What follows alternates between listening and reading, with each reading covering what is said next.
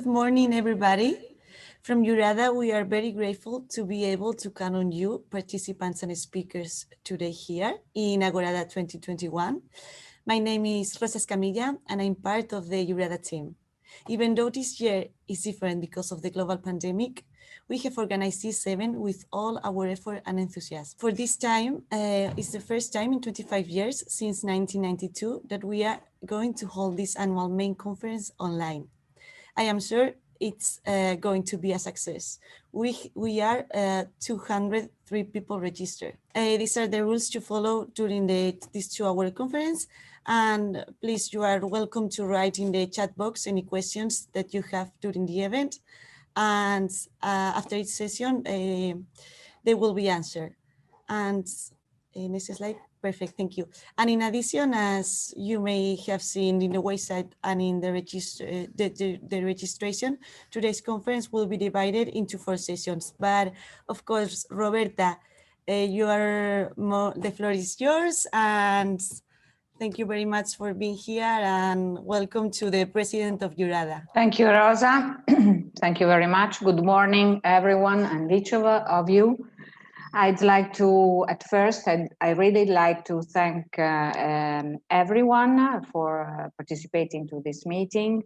In particular, I'd like to address a special thanks to all discussants and speakers who will contribute to this meeting.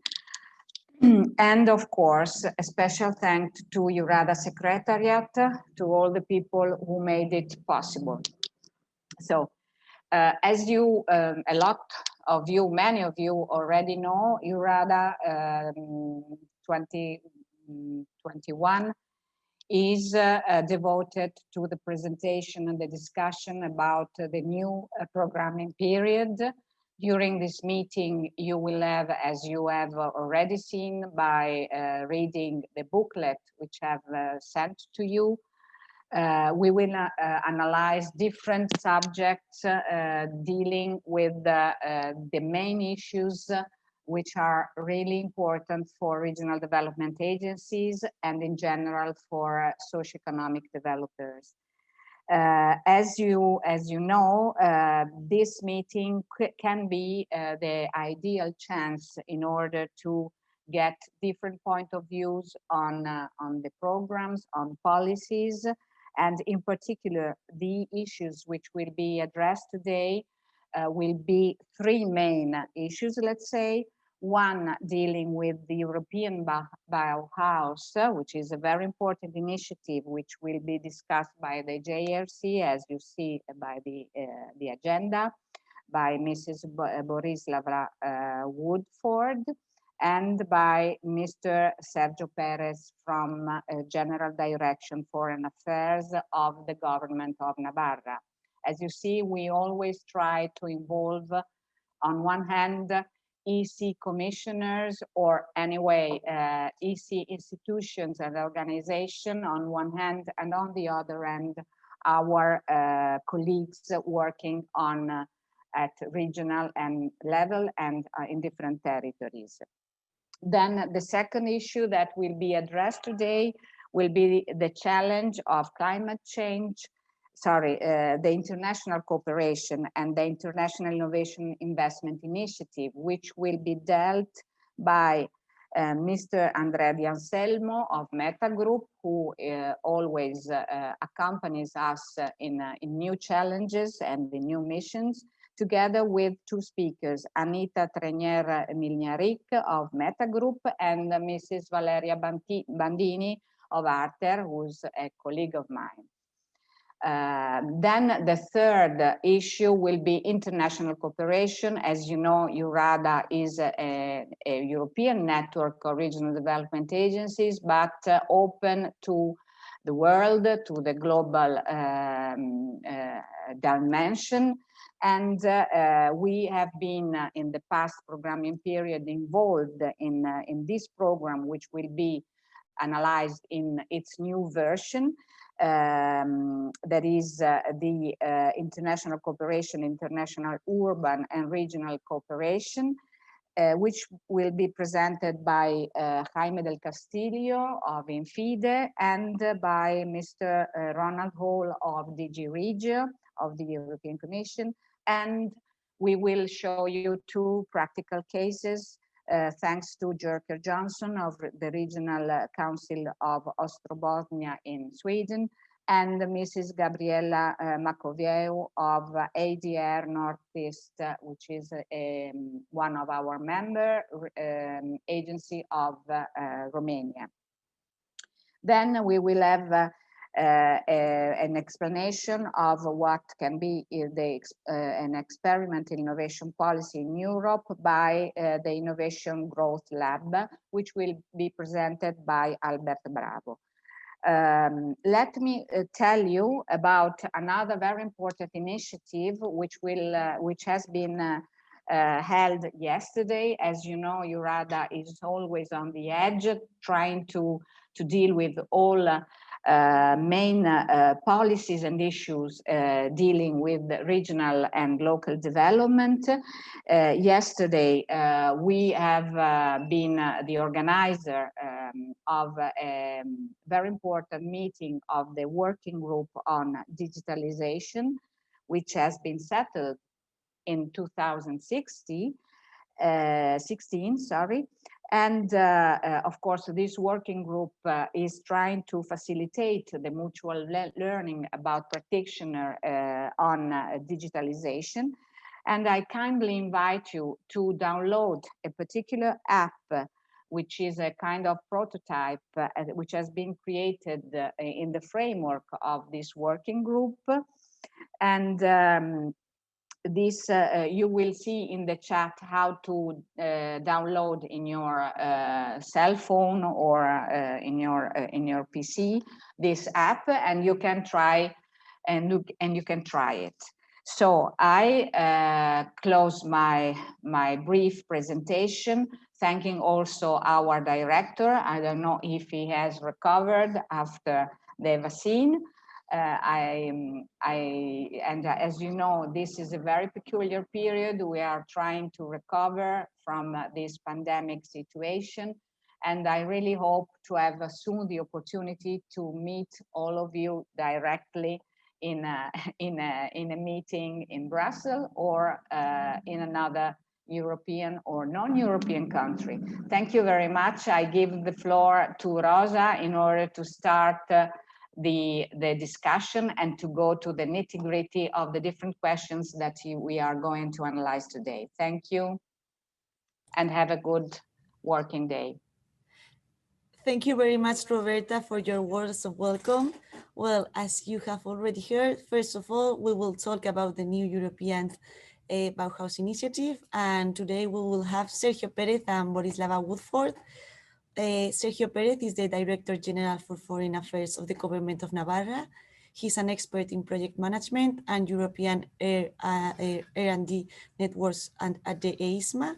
So, Sergio Perez, welcome. The screen is yours, and thank you very much. Thank you. Thank you, Rosa.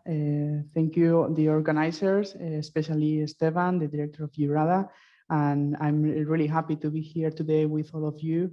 But I must confess that I have crossed feelings. On the one hand, because I am here with all of you, I'm really positive of explaining the activities of the government of Navarre, which I am representing. But on the other hand, I will be happier if we could meet in person together. And I hope that the next Eurada, the Agorada meeting will take place physically, so we can exchange and have a networking event all together. So without any delay, I will explain some points of the how the government of Navarre has been working relating the new European Bauhaus initiative that later the JRC speaker will talk about. But let me introduce some couple of points about how we work it in Navarre. So please, Rosa, confirm that you are seeing now the screen. Yes, okay. Perfect. So most of you will probably know the our region, Navarra, which is which was selected European Entrepreneur region last year, and I will introduce you with a couple of minutes just our territory, where are we, which basically is in the north of Spain. We are a region really small, but located in the north of Spain, which frontiers with France, which is a very strategical situation because we are working there like in the Euro region or other interregional cross-border programs and focus groups that can solve problems for proximity people, and that's the location that we are located in.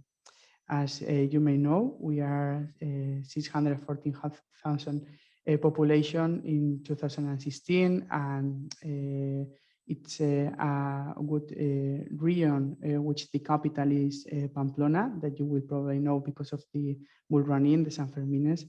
And here you have a couple of figures and dates about our growth rate and the GDP per capita per year, which is above the media of Spain. We are, as I was saying, the third region with the highest GDP per capita in Spain. And also, we are lucky to count on a known taxation system, which allow us to collect the different financial and taxations from the stakeholders and the enterprises by ourselves, so we can manage directly these findings, which is a historical commitment that we have as region. Also, we are happy to count on a very high level education system with 3 universities. One of them is the Public University of Navarre, which is the leader of the regional development commitment through the different universities of Spain. Also, we have a private one, which is the University of Navarre, which is leader also in internationalization students and also with obtaining financial funds for the competitive funds through the framework program, and the distance education university. And relating the innovation system, I must say that we are very aligned with the S3 strategy, that we are working really close with the agents and the SMEs, stakeholders, technological centers here in our region. And as you can see here, it has very direct results in the different areas that we have defined an S3 priorities, which we are now reviewing with all the stakeholders and through our development agency, which is Sodena, and you all of them know them. And we have a clear impact or a clear bet for the R&D innovation. We have a pioneering law, which is a regional law relating the investment on R&D. Also, we have 9 technological centers that you have to be reminded that for a 500,000 or more than 500,000 population is quite a good rate. And we are really committing talent and attracting new highest level of education inhabitants to our region. Relating the Bauhaus initiative that our speaker, Borislava, will later explain, I would like to explain what we did during these months relating this initiative, which is quite interesting, a clear bet for the Commission in the name of the President of Ursula von der Leyen, and I will explain how we did it. First of all, in the government of Navarre, we detected in a prior phase in October when it was taking place these first discussions about the new European Bauhaus, whether it will be an interest of being a part of this initiative. And we started from the DG External Action, the Foreign Affairs, that I have the pleasure of being the director of it. If other departments such as culture, environment, building, which are the main principles of the new European Bauhaus, were interested in knowing more, if they had any idea of what's going on about this initiative, and we received a really positive feedback. But on the other hand, it is not enough to know whether the government is interested in this initiative, in this policy, that it aligns perfectly with the policy of the government of Navarre relating sustainability, we had to discuss with other stakeholders, with other people from our region, whether it would be interesting for them. So we create a focus group, a task group called Navarra Bauhaus, which is a group in where all the different stakeholders from the region, from the different statements and from the different parts of our region, all together created this discussing group and explained how the initiative was taking place. For example, from the government of Navarre, with building a public society called Nasuvinsa, they were really interested because they already have different projects like EFI districts, and some of them are financed by the European Commission, which are aligned with the European Bauhaus because it involves the regeneration wave of the efficiency energy. So they were really interested. Then two universities, the two of them, the Public University of Navarre and the University of Navarre, which is the architectural faculty that you probably know, they also saw that they were really committed about the development of the campus, the vision of the different architects, and they were willing to collaborate with the regional government in order to apply together to different calls or to know the different initiatives. Also the cultural sector. There in the picture, you can see different cultural associations, the Department of Culture from the government of Navarre, but we also had not only associations, but individuals, people who were willing to express themselves and have an opinion about what's going on or how they could create the future of the European, through the European Bauhaus.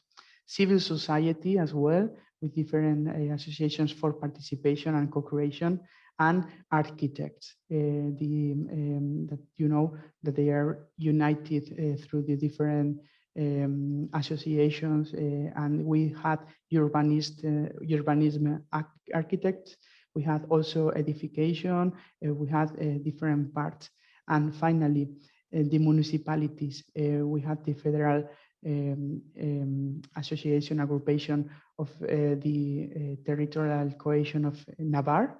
So we had city towns which were expressing how they could cohesion among all the territory, because the initiative of the European Bauhaus, it's about changing the vision of how we interact, not only in the city centers, but also in the rural areas, which we are facing the rural wall and the population there. So the second 22nd of April, the Commissioner Gabriel and Ferreira, they both presented the European Bauhaus, and a week later, we created, or we organized a webinar, which had 70 attendants, and it was the first webinar in Spanish. So we count also with the Joint Research Center with the European Commission, and there we explained it how different initiatives were taking place in Navarre, which are aligned with the European Bauhaus. It had very good impact on the attendance. Then in the 4th of May, we organized this first regionalist workshop, this talk that I was talking about, that it consists of uniting all the stakeholders or the regional partners that had something to say about the European Bauhaus, and create this discussion, this co-creation talk, in order to see how were we doing these things with these initiatives and how they could interact among them, which it was really interesting, this regional workshop. And we will have another workshop soon, that it will be also the development of the initiative. The 31st of May, this new month, this new Monday, the European Bauhaus prizes will have the deadline for presenting the prizes. So we encourage our stakeholders to submit their ideas in order to apply for these prizes. So we spread the word, or we as government, what we did was to inform about this initiative in order to go through all the stakeholders. In September, we are applying for the Horizon Mission 2021 European Bauhaus. You know that they are 5 regions, 5 zones that will be funded in order to have pilots of the new European Bauhaus. So with these stakeholders, with all the participation, with all the inclusive associations, we are discussing which is the best way of being one region of the new European Bauhaus. Also, the 10th of July, you know that there's the EIT Euro Mobility call for cities and regions. We also disseminate among our municipalities in order to apply. And then in the European Regions Week, we are organizing an event jointly with the DG Culture, because we submitted an event of the new European Bauhaus, and the same commission told us that it would be better to co-organize this event about how the Navarrese experience or how we are doing creating this new European Bauhaus. So these are the steps that we have been doing that I will recommend you to do the same with your within your region in the development agencies. And this is just the case of Navarre.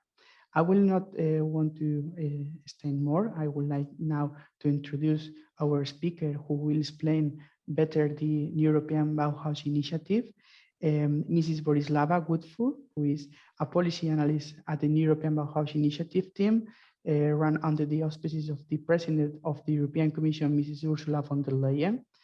Mrs. Borislava, she has over 12 years of experience in the field of EU structural and investment funds in several different units of the Commission's Directorate for Regional and Urban Development, focusing on working with local and regional authorities for creating project pipelines and EU-funded management.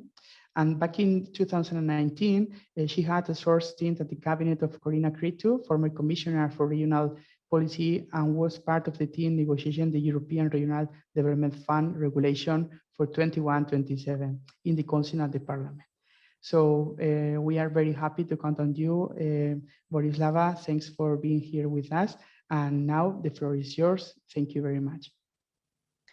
Thank you so much, Sergio. Do you all see me and hear me?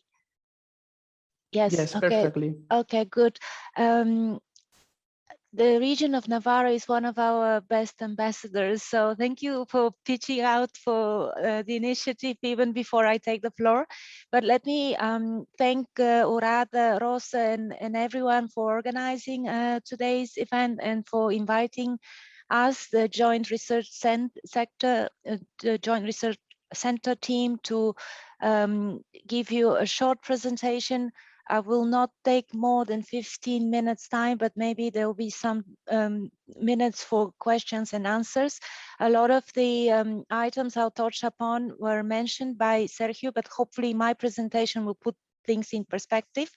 And I also want to say hello to Ronnie Hall, my former colleague from DG Regio. Very pleased to see some other names like Sandra Marin. We work together. So I feel at ease and already welcomed.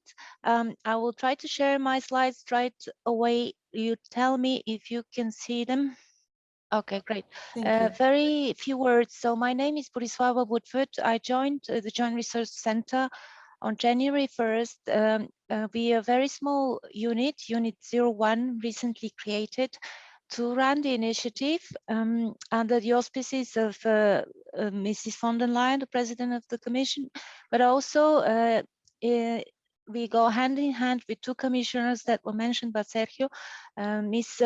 Elisa Ferreira, who is the Commissioner for Reform and Regional Policy, and Miss Gabrielle, Maria Gabriel, who is the Commissioner for Research and Development, Education and Culture.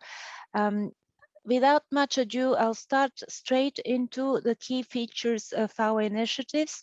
As you know, it all started with the speech, the State of the Union speech that President had last September, when the idea of launching a new European Bauhaus movement was mentioned. It's a project of hope, as she likes to put it. as we are trying to shape a movement about the future of how we live and explore how we can live better together. That these are just great words, but more practically, what we're trying to do is bring the Green Deal to our living spaces, but in a different way, also getting the cultural, educational, and creative aspect to doing so, not just the green and circularity aspects.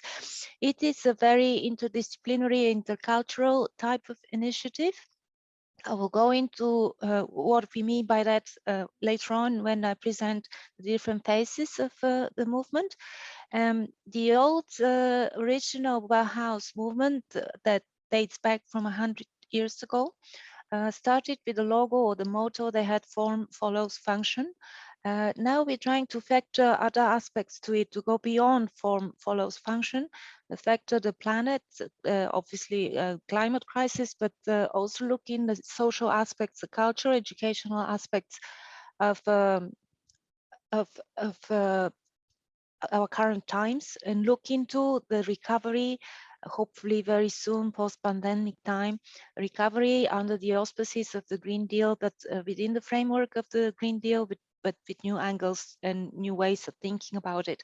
So this is an initiative that is one of the few examples of the European Commission trying to think and deliver out of the box. So we're trying to co-design an initiative and not come up with an idea and then also impose, as we often tend to do, funding or ways of structure of going about something.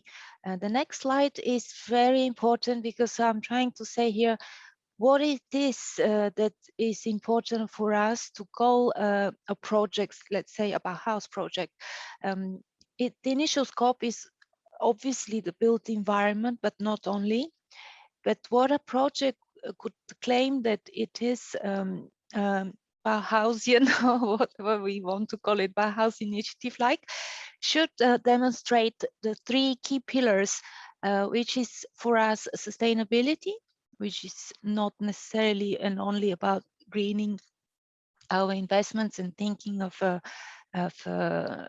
climate change and what it means for us. So including circularity, but not only. Aesthetics and the quality of experience. This is a broad subject. Aesthetics is what we mean here is not necessarily beauty and aesthetics in the pure sense of the word, but more like how we feel about a place. Do we feel safe living in a city? The quality of experience overall, and then of course the obvious third pillar for us and for our stakeholders would be inclusion, but again in the broader sense, including of course accessibility and affordability, but going into social inclusion, access to health services type of inclusion, economic inclusion. Affordability is also a very, very important word for us. So whatever we build or we transform should be more accessible for more of us, if you see what I mean. The long-term goal here is to have a mindset change, a cultural transformation, something that we can see as tangible, obviously in places in where we live.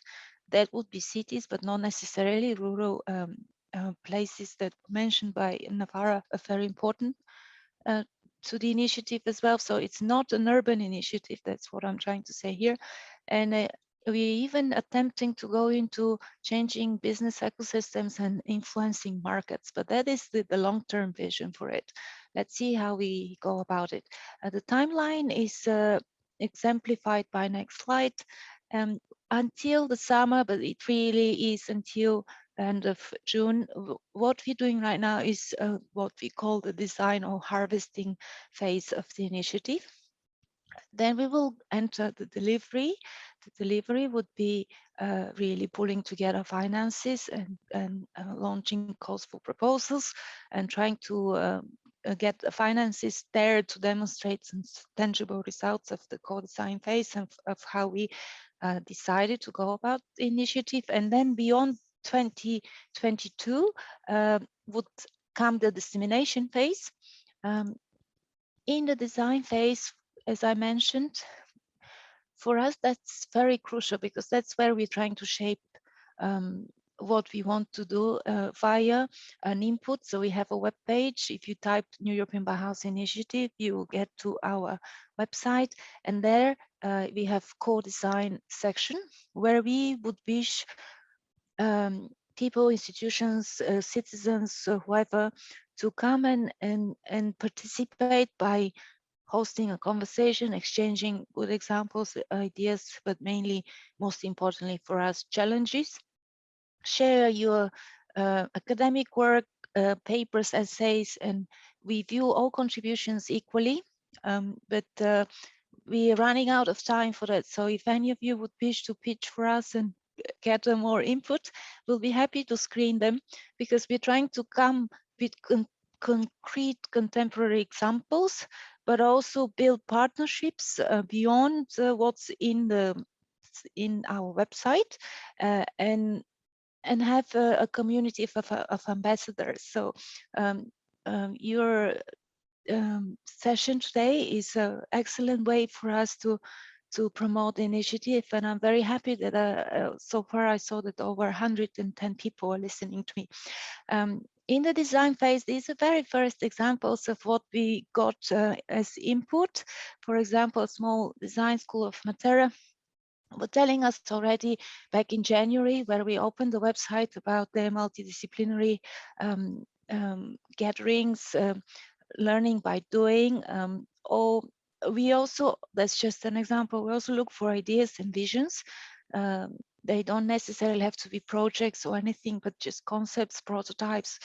And we are trying to see how we can bridge the different generations, so between what's going on as expectations by young generations, of course, in terms of the Green Deal, they're very, very active, but also what's going on for the elderly, especially at the end of pandemic, when we all feel vulnerable.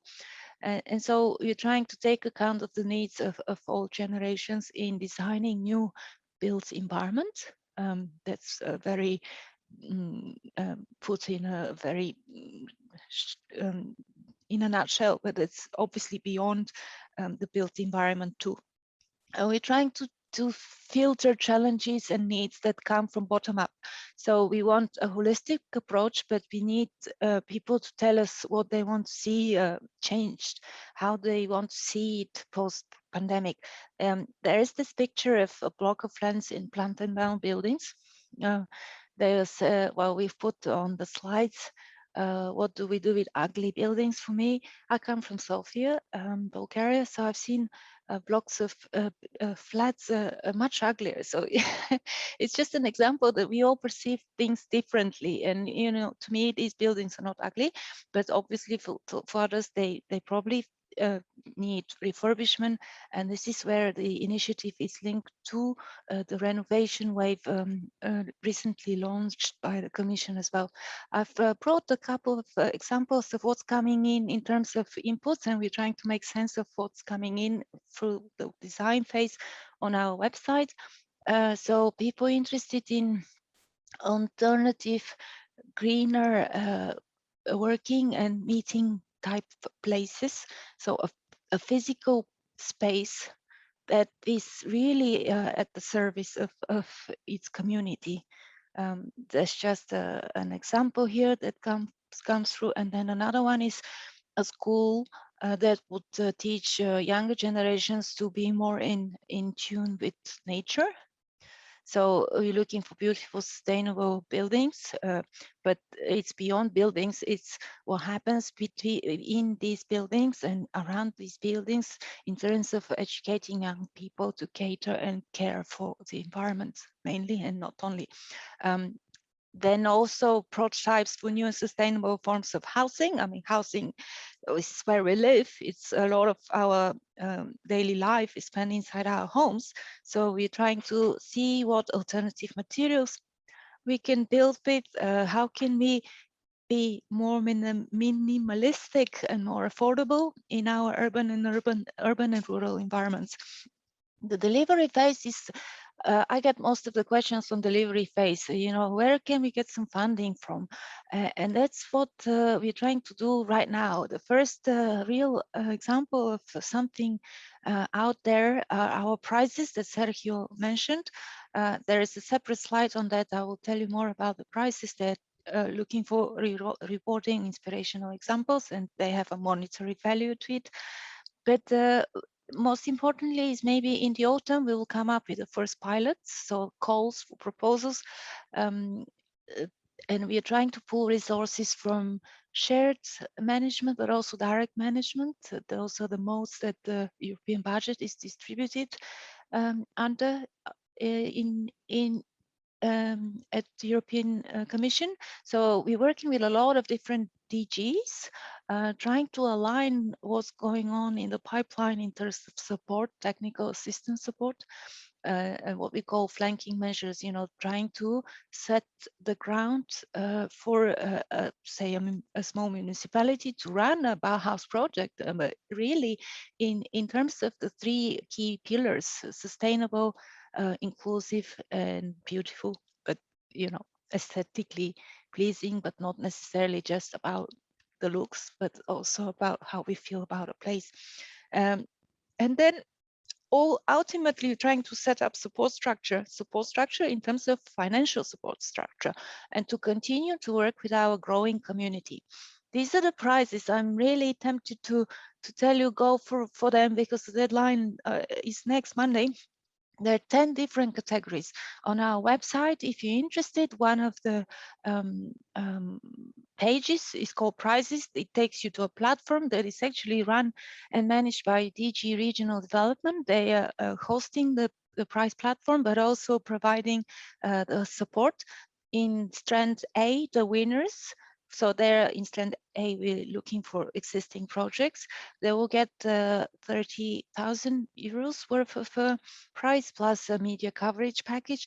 And strand B is for new rising stars. There we're looking for applications from very young people, from people who are not aged more than 30 years. So by 31st of May, you should be younger than 30, and then you can provide us with a concept or idea that you have.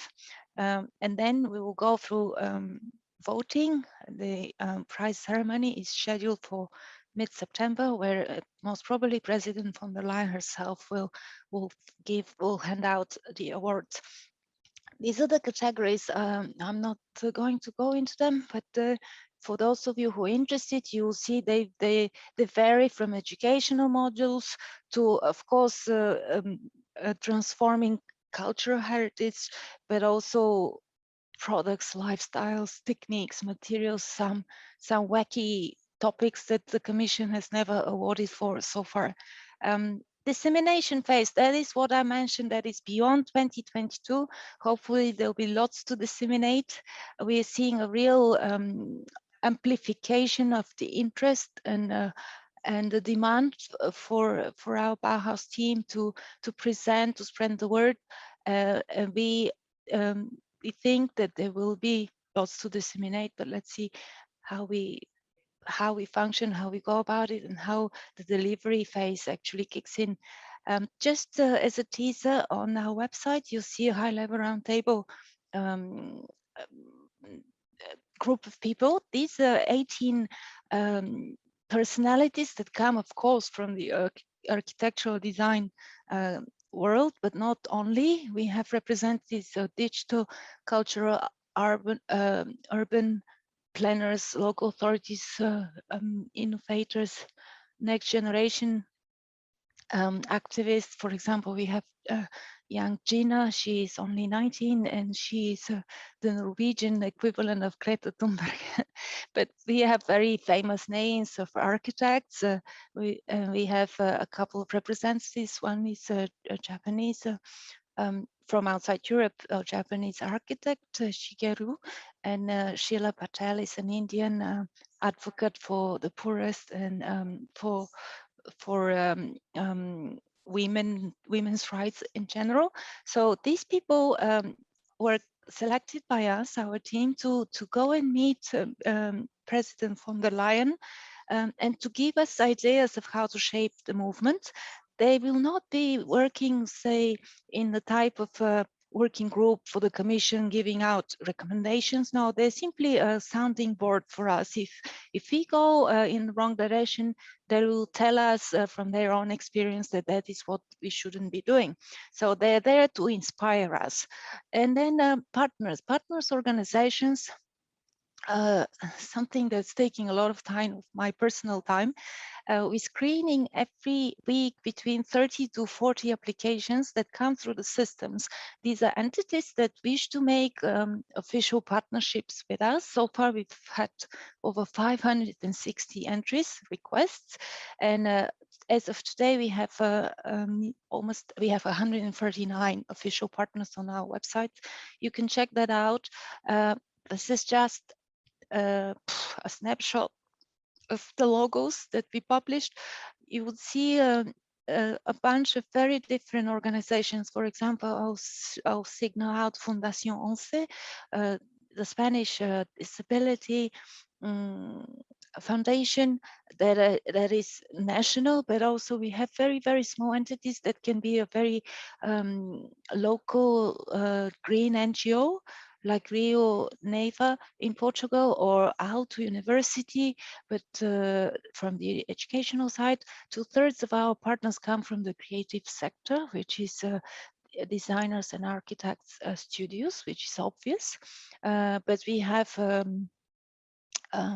platforms, innovation platforms, small schools. We have Europa Nostra, which is, a lot of you recognize, the Cultural Heritage Association. So I'm just saying here that we're trying to attract all sorts of partners in all sorts of fields. And so the size doesn't matter for us, as long as there is a capacity to reach out to your local constituency, and you can disseminate and work for us for the initiative, then we'll be happy to screen your application for partnership and take you perhaps on board. As I said, they are also our multipliers, our ambassadors, and they're trying to build a growing community that is beyond the co-design, the harvesting phase. Obviously, the most important phase, and the one that will take longer, would be the delivery, where we have some tangible transformations to expect. This is our website. All of it is there. We have an Instagram account. It's already followed by over 10,000 people. So the interest in our initiative is ever so growing. But I wish to stop here because I'm taking a lot of your time. I will stop sharing my screen, and I hope that you liked the presentation and you found something for yourselves. I'm happy to answer your questions now. Many thanks, Borislava. I found it really interesting and really clear. And I thought that it's a good way of creating the future of tomorrow, the new Bauhaus initiative. If there's no question, I would like to raise one. Let's say that a development agency, as we are here, the different development agencies, how can they, or how can we start with this process? What development agencies should do in order to encourage to participate to this Bauhaus initiative? Any recommendations here? Yes, thank you. There are several ways of local stakeholders or development agency stakeholders that can go about in associating themselves with the initiative or working for it. Of course, one of those I mentioned is the website, where they can give support in the co-design phase. Also, the website very soon will have a delivery page, which would show you a short timetable of what proposals and calls are expected starting this autumn. So money-wise, there will be an info board for where local actors can look out for support to start thinking and preparing Bauhaus type projects. I'm not sure if they can apply themselves to become partners. There is also a question from Rosita Raikova: are municipalities eligible for applying for a house initiative? We need to be clear on our website. You also have frequently asked questions. We don't accept entities that have any political links. So it's just they're not considered eligible. So municipalities, I'm afraid, would not be able to qualify as partners, nor could entities that are for profit. That's an obvious call. We cannot have businesses as official partners because we also have zero funding for our official partners. So it's not this type of partneriat that we're looking for. Of course, the development agencies, they can apply for our prizes, and that's just the first bunch of prizes for 2021. But we are thinking of how to develop the concept and gather more funding for next year's European Bauhaus prizes. You can be simply a subscriber to our newsletter, put your name there in the Commission website on our page, and you will receive regular updates of what's going on Commission-wise, but not necessarily Commission-wise, but you know what are our partners doing outside the Commission, and what other ways? I mean, there are lots of ways. It's just for each and one of you to figure out how best to participate. If you're interested in it, if you see anything for it, just go and explore our website. It's the first source of information. Okay, so if there's no more questions, maybe we should thank you again, Borislav, for your presentation, for your introduction.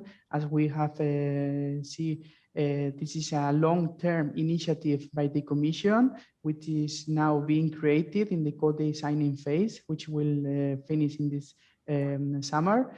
And just to encourage all the development agencies and regional governments to encourage their stakeholders to be part of this initiative and to have a look at the website that you already mentioned. From my side, I just want to thank you again, Eurada, for inviting the government of Navarre to present our initiatives and to be the speaker of this term. And I will now pass the floor to Rosa, who will introduce the new speaker. Thank you very much. Have you all a nice day and a good meeting. Thank you. Well, thank you very much, Sergio and Borislava, for this very interesting presentation and for all the opportunities that you have explained to us.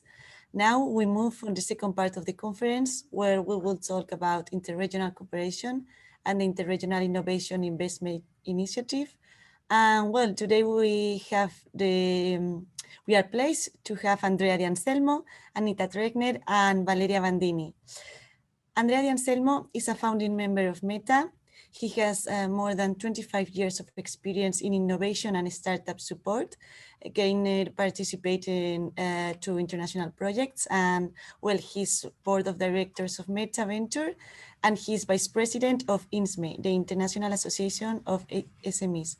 Andrea, the screen is yours, and thank you very much for being here. Thank you, Rosa. Thank you for the nice introduction. Good morning to everybody, and welcome to this session organized by Eurada. Just a few words before introducing the two speakers. Eurada has been always at the forefront of the initiatives related to regional innovation, to regional development, and as always provided its member with insight on what comes next, both in terms of challenges and in terms of opportunities. Today, we will introduce this I3, the Interregional International Initiative, which has a strong relationship with all the activities carried out with the smart specialization platforms, and has a strong relationship with the necessity to open up the smart specialization strategies of our regions to the international dimension.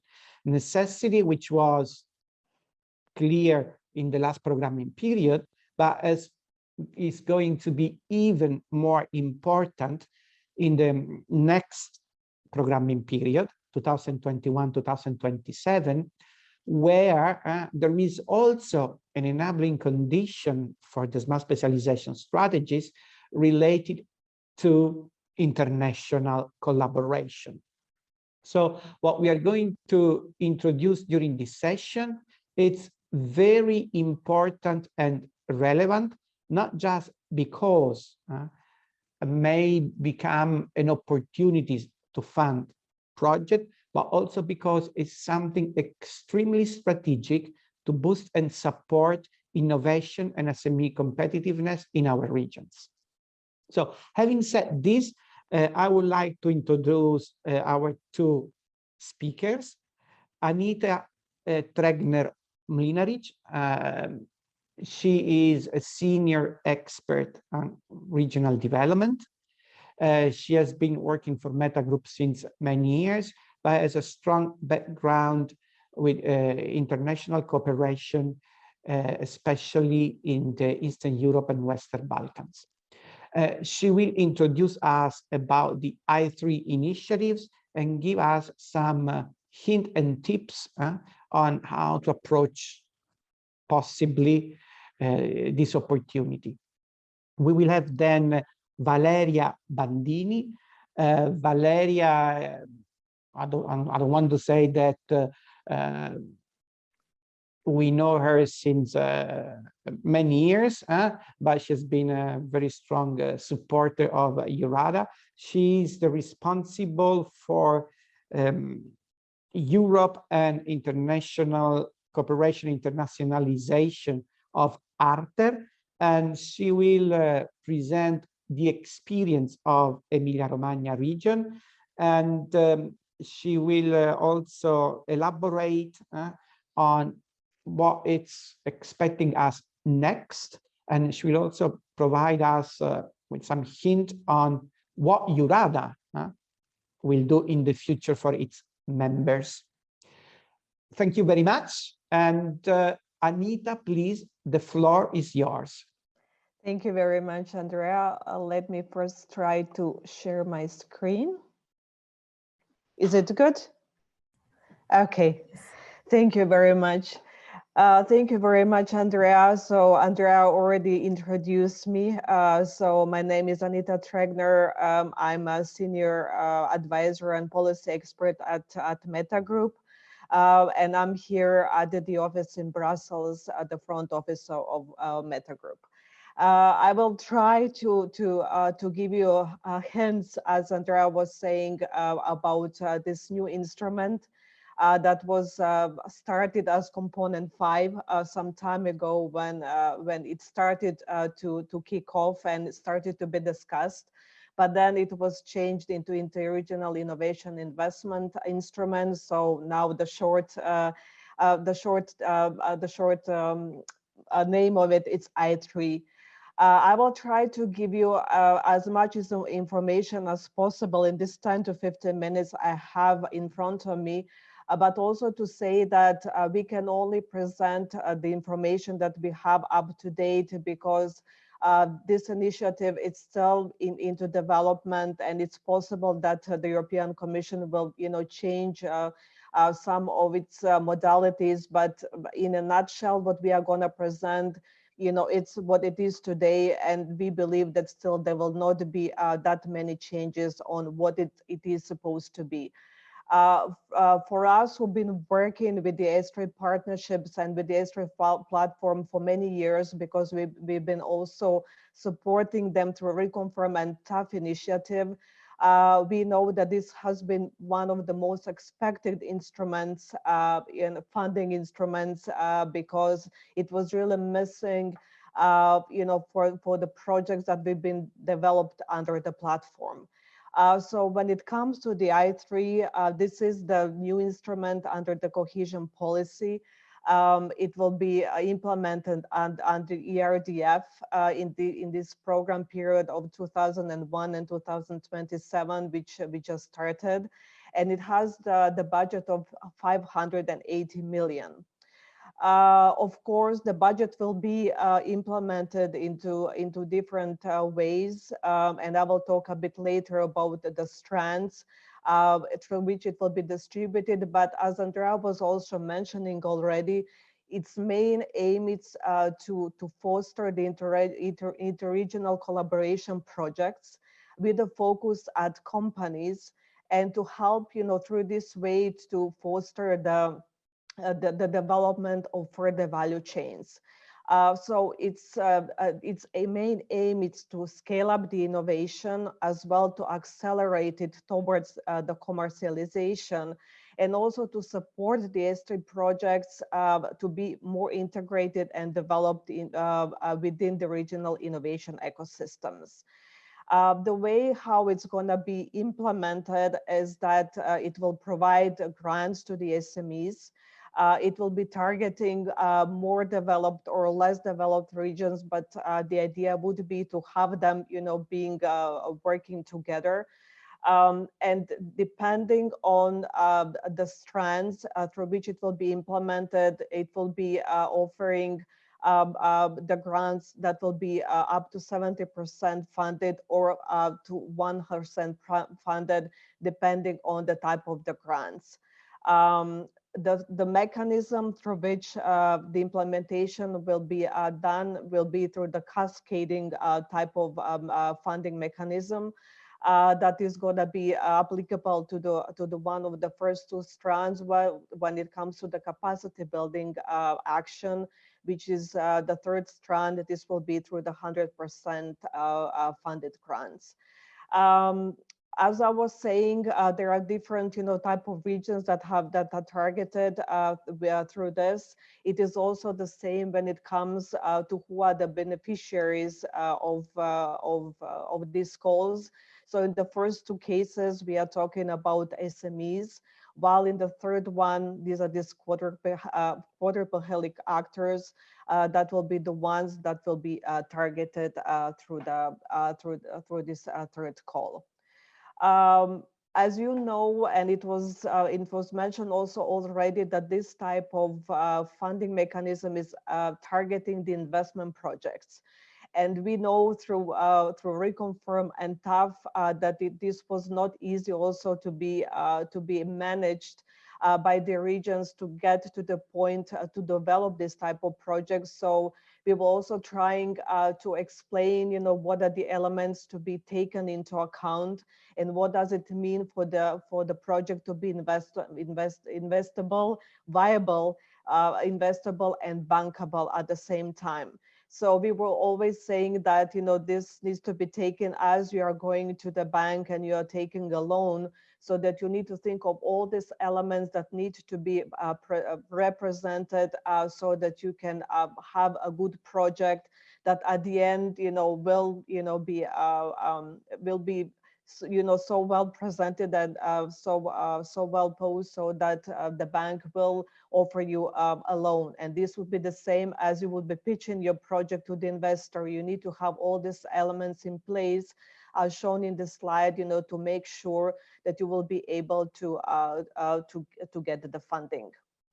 So when it comes to the implementation scope of the I3, so how is it envisioned as it is up to today? So as I was saying, it's been put into three strands. So it is envisioned that the calls that will be out, they will be targeting mature and less mature partnerships. And they would be implemented through the call for the innovation actions. So this means that for the strand one, this is for the more developed regions, which again, as I was saying, it is intended to be that at least, one of the regions in the consortium is also less developed. And they're targeting the projects that are already at the tier level from 6 to 9, meaning that they're already ready to be at the demonstration phase. The overall budget for this strand one is, as you can see, more than 2,079 million. which means that the calls that will be out will be, be able to fund the projects that will be from 8, to 10 million of euros each. When it comes to strand A, it is very similar to the strand 1, but this one is targeting less developed regions, which again also means that at least one of the developed regions should be part of the consortium.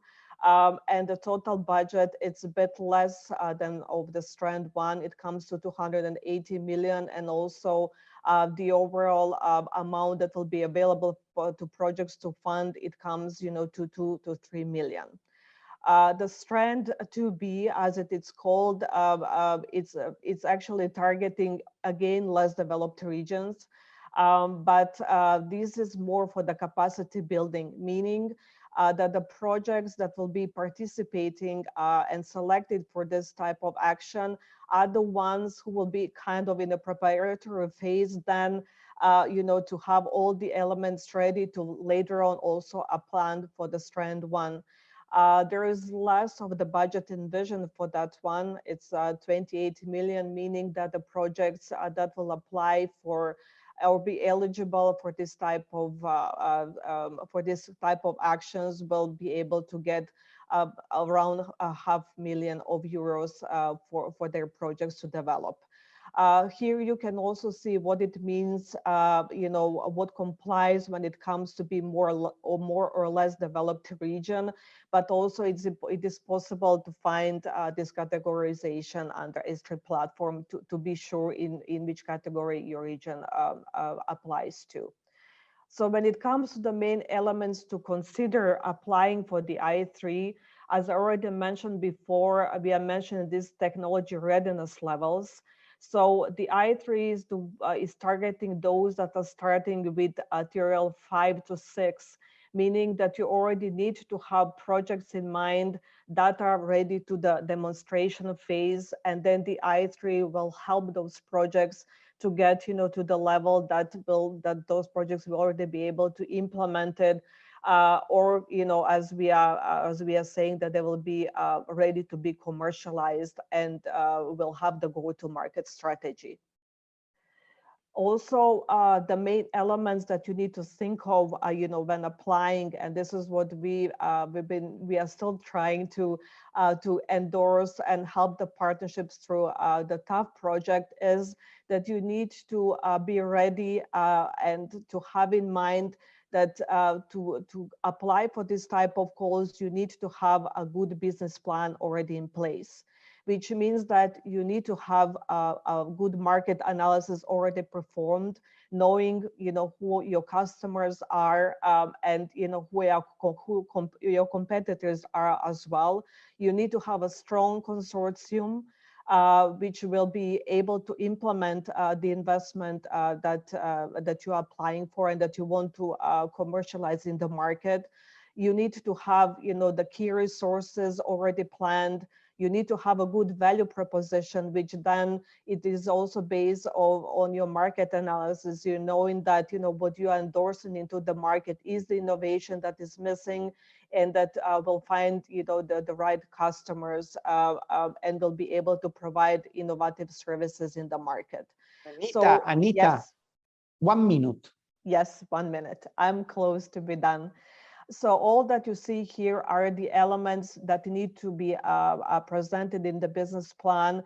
And if you plan it already timely and that this should be the focus, then you have also better chances to propose a good application.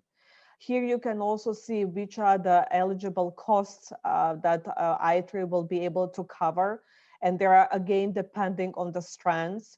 For the strand 1 and strand 2A, you can see that these are the direct costs that are related to the project implementation, and that also it will be possible to get up to 7% of the costs to be covered also for the coordination of the partnerships.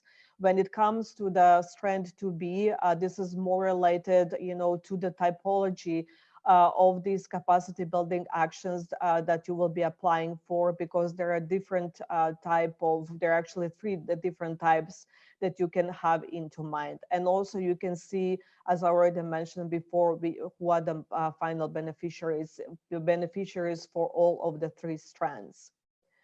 When it comes to the time frame, which I believe it's also of interest for you, is that the plan is to launch the first calls, at least for the first strand and the 2A strand, sometime during the summer, most possibly September, meaning that the projects will be then evaluated by the end of the year, and then implementation could be started early in 2022. When it comes to the third strand for the capacity building actions, most probably this one will take off in early beginning of 2020, and then it will be able to be implemented most possibly during the summer. So yes, in my 10 minutes, this is what I was able to tell you about the I3, and now I will pass the floor to the next speaker. Thank you, Andrea. Valeria, please, the floor is yours. Yes. Thank you very much, Anita. Hello, good morning to everybody. I will start sharing my presentation just to be sure that it works. So here we are then. Good morning, everybody. I'm Valeria Bandini, and I'm from Arter. I'm very pleased to be here with you. I thank the organizers that I've been knowing for a long time now, for giving me the opportunity to share with you the experience we have, in fact, on the smart specialization strategy and the way we are looking at the I3 initiative. I miss very much the in-presence Agorada and the Eurada meetings. So I joined the previous speakers in saying that I really hope that we will have the opportunity to meet in person soon, because, yeah, I mean, it's maybe easier from home to listen and look at the slides, but networking and exchanging of ideas is not possible in reality. It's much more difficult. So there we are anyway. I'm from Arter, as it has been mentioned. Arter is the development agency of Emilia-Romagna region in Italy, dedicated to territorial development, innovation, internationalization, and attractiveness.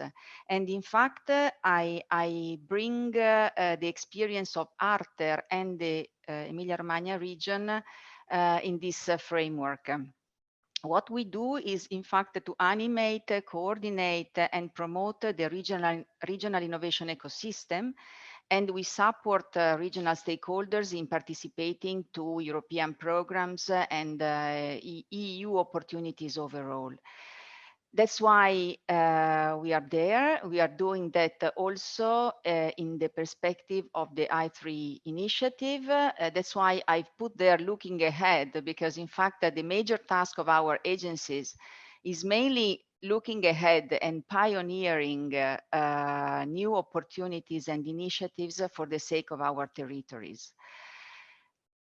Now, there we are. As I was saying, I'd like to share with you the experience of Emilia-Romagna in participating to the S3 platforms. As you can see from the pictures, Emilia-Romagna region is involved in a large number of thematic partnership within the platforms.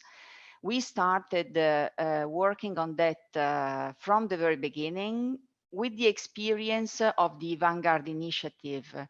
As Emilia-Romagna is a founding region of Vanguard initiative. By the way, I've seen some other Vanguard friends in the group, so I hope that in fact we will work together, and for sure we will work together also on the I3 instrument that we were looking forward already, I mean, from some time now. We look at the I3 instrument, in fact, as the missing instrument, as maybe Anita mentioned earlier.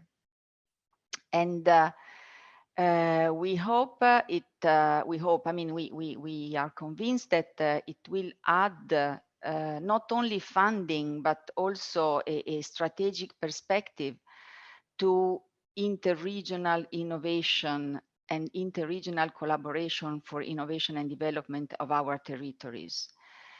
In fact, it is supposed that the I3 investment projects will come from S3 platforms. Why? Because in principle, the platforms have promoted collaboration, and this knowledge and collaboration should have created the basis for the step ahead. Then the platforms have created a trustful environment where stakeholders have exchanged and developed the innovation project, and to go together in a business that is very much important. And in particular, the platforms have been somehow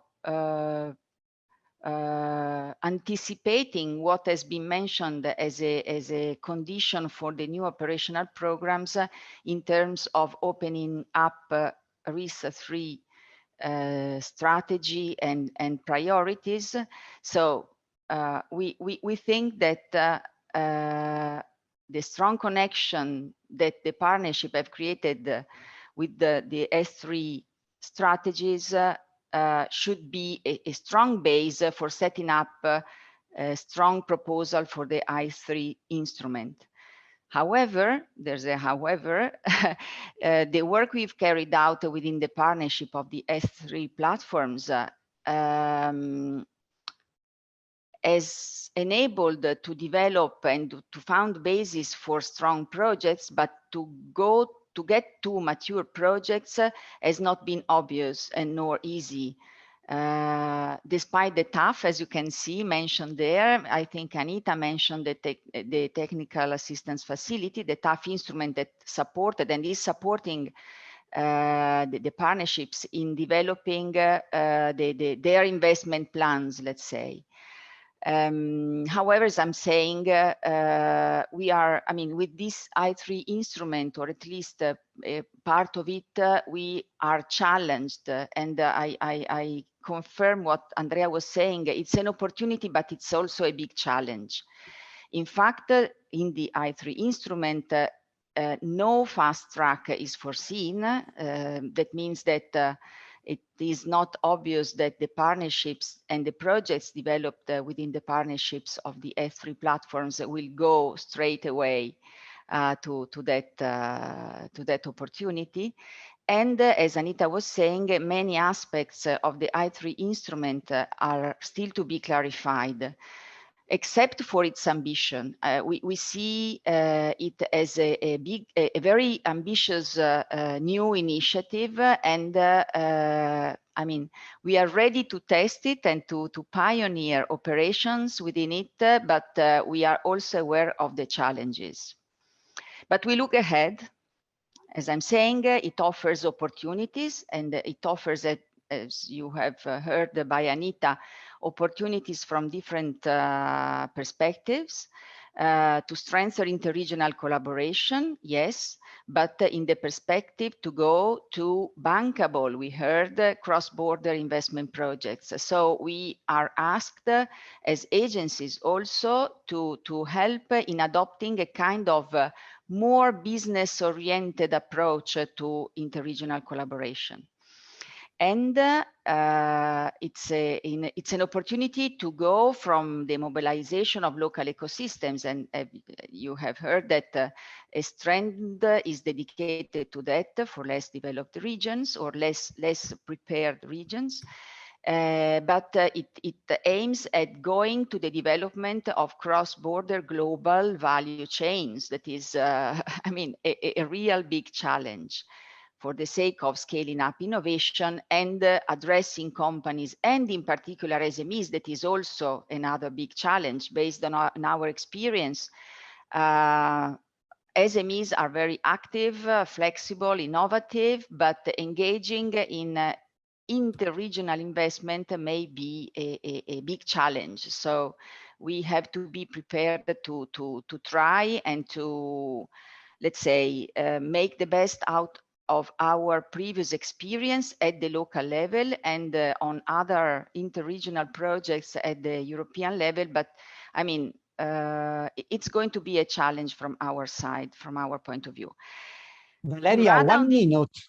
Yeah, Eurada on this is on the front line with the experience of its members and the possible participation in the Commission expert group on interregional investment, innovation investments. And I go quickly to next slide, saying that in fact Eurada has applied to be member of this European expert group. You see that this expert group, I mean, still we don't have an answer. Eurada has expressed my CV as a candidate to be part of the member of the group. Sorry, the group is intended to support the Commission in the definition of the work program and the goals, and to work on the development of the project itself, of the program itself. It is going to be composed by up to 60 members, and it will be there for the duration of the program. It will work by means of plenary meetings, contributing also to the documents that the program will issue, the Commission will issue on the program. And I mean, it will be a kind of think tank, I would say, to provide inputs to the works of the Commission and the agency managing the new program. We plan to set up a Eurada I3 expert group, or Eurada I3 task force, to be more precise, not to make confusion with names. And we hope that, I mean, Eurada members would like to contribute to the group. We would like to create a connection between the expert group of the Commission and the Eurada community. And yeah, we don't, I think I don't have time to be more concrete. It's something new. I'm sure we will have the opportunity to speak about that again and exchange experience, views, and inputs for the program. Thank you. Valeria, and thank you for highlighting this role that Eurada will play and the support that Eurada is going to make available to the members with this task force, just to provide a platform for the discussion. I've seen that there have been already several questions going on the chat, which have been answered. I don't know if there is some additional question to be addressed to the two speakers, to Anita and Valeria. Of course, they will answer you, and they will answer to any additional questions that come to Eurada, which will be collected and shared. So if you still have something to ask, please either leave it on the chat or share with the Eurada Secretariat. This is something new. This is something extremely relevant for the future. And as both Anita and Valeria said, this is going to be a big challenge for the regional stakeholders at any level, because requires, let's say, change in the mindset and the point of view, because this is the first time that we are addressing investments, something which is going to stay for a long time and not just cooperation projects.